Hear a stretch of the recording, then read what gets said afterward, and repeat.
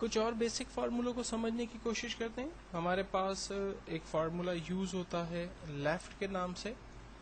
Left کے فارمولے کا ایکچوئل فنکشن یہ ہے کہ اگر میرے پاس ایک ورڈ ہے فار ایگزامپل کریم آباد اور میں اس میں سے کریم نکالنا چاہتا ہوں تو ہم فارمولا استعمال کرتے ہیں equals to left bracket open.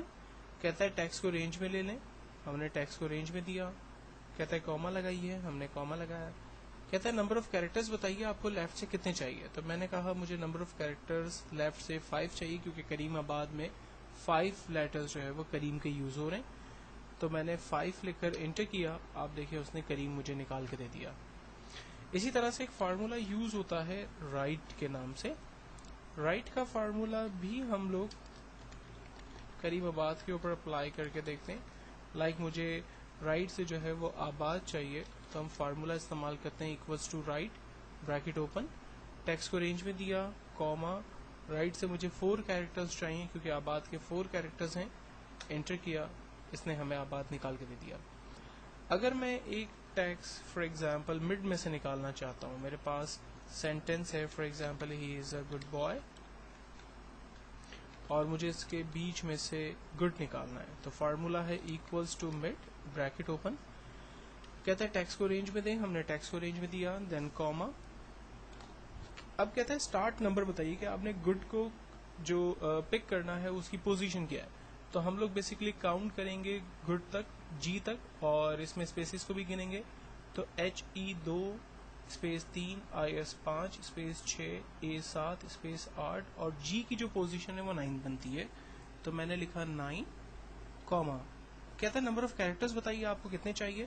تو مجھے گڈ کے ٹوٹل 4 کیریکٹرز چاہیے تو میں نے 4 لکھ کر انٹر کیا, اس نے مڈ میں سے گڈ ہمیں نکال کے دے دیا. دین ایک فارمولا ہے ہمارے پاس اپر,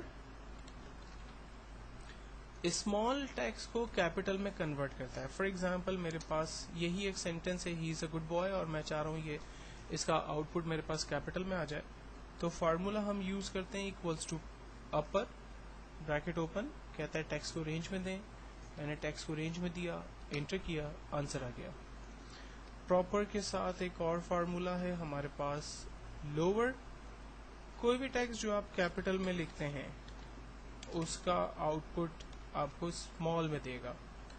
equals to lower bracket open, text کو رینج میں دے دیں, ہم نے ٹیکسٹ کو رینج میں دیا, انٹر, آپ دیکھیں اس کا آؤٹ پٹ ہمارے پاس اسمال لیٹر کے اندر آ گیا. اور اگر میں چاہ رہا ہوں کہ ہر ورڈ کا پہلا لیٹر کیپٹل ہو باقی سب اسمال ہو تو ہم لوگ فارمولا استعمال کرتے ہیں proper, equals to proper bracket open, text کو رینج میں دیا, انٹر کیا, آپ دیکھیں ہر ورڈ کا پہلا لیٹر کیپٹل ہے باقی سب اسمال ہے. اس کے بعد ایک اور سمپل اور آسان سا فارمولا دیکھتے ہیں جو کہ ہے کانکارڈینیٹ. کانکارڈینیٹ کا فارمولا ایکچولی ڈفرنٹ سیلز پر لکھی ہوئی ویلیوز کو آپس میں مرج کرنے میں مدد کرتا ہے. فار ایگزامپل میرے پاس ڈفرنٹ ٹیکسٹ ہیں, امپلائی کا لاسٹ نیم, مڈل نیم,